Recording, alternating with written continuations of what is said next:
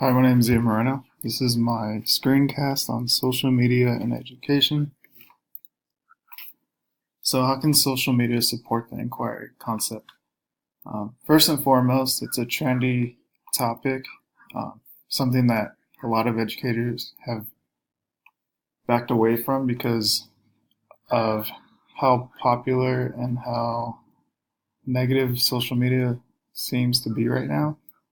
Um, Secondly, social media gives students different ways to learn. Uh, they're given tons of resources on the internet to investigate and gather information. And social media, oddly enough, can provide video proof of experiences that others have had.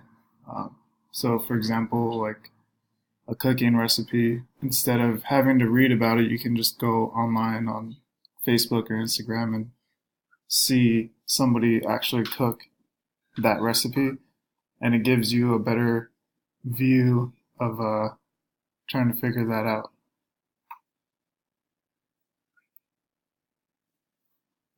To continue, parents and students can both access the social media. So if the student's struggling, their parents can be like, hey, what are you guys learning? The student can just go on the social media website, show their parents exactly what they're doing.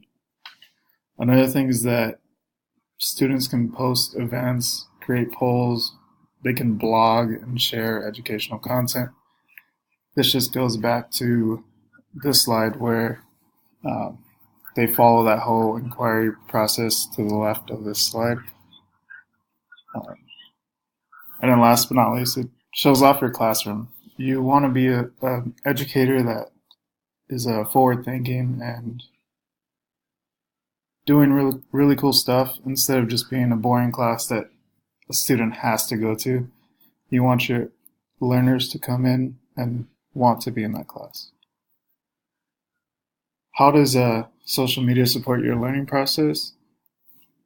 It gives students another way to complete assignments and to participate in class.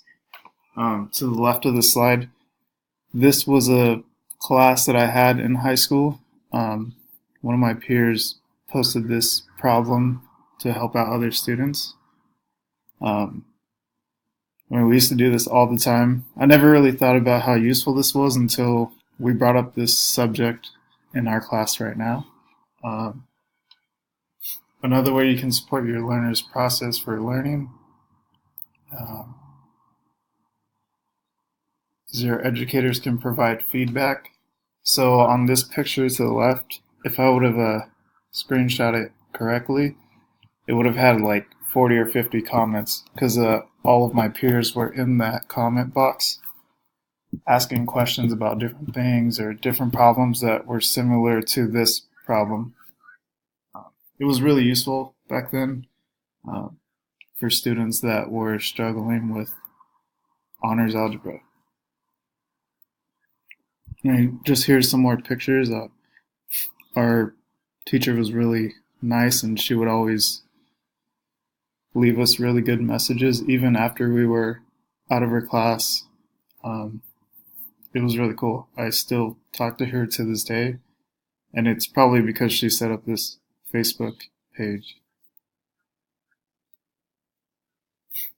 And then, how does social media support the learner's evidence and final products of learning?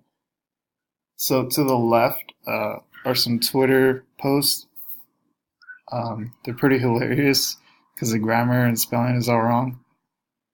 So for one assignment, I thought like students can go and find their favorite celebrities like tweets, and they can go and fix them. Make sure that their grammar and spelling is correct. Another thing that they could do is post comments on their peers' posts. Similar things to what we're doing in this class. So yeah, social media can be very useful if you use it in the correct way. Hopefully you guys learned something from this screencast. Thank you.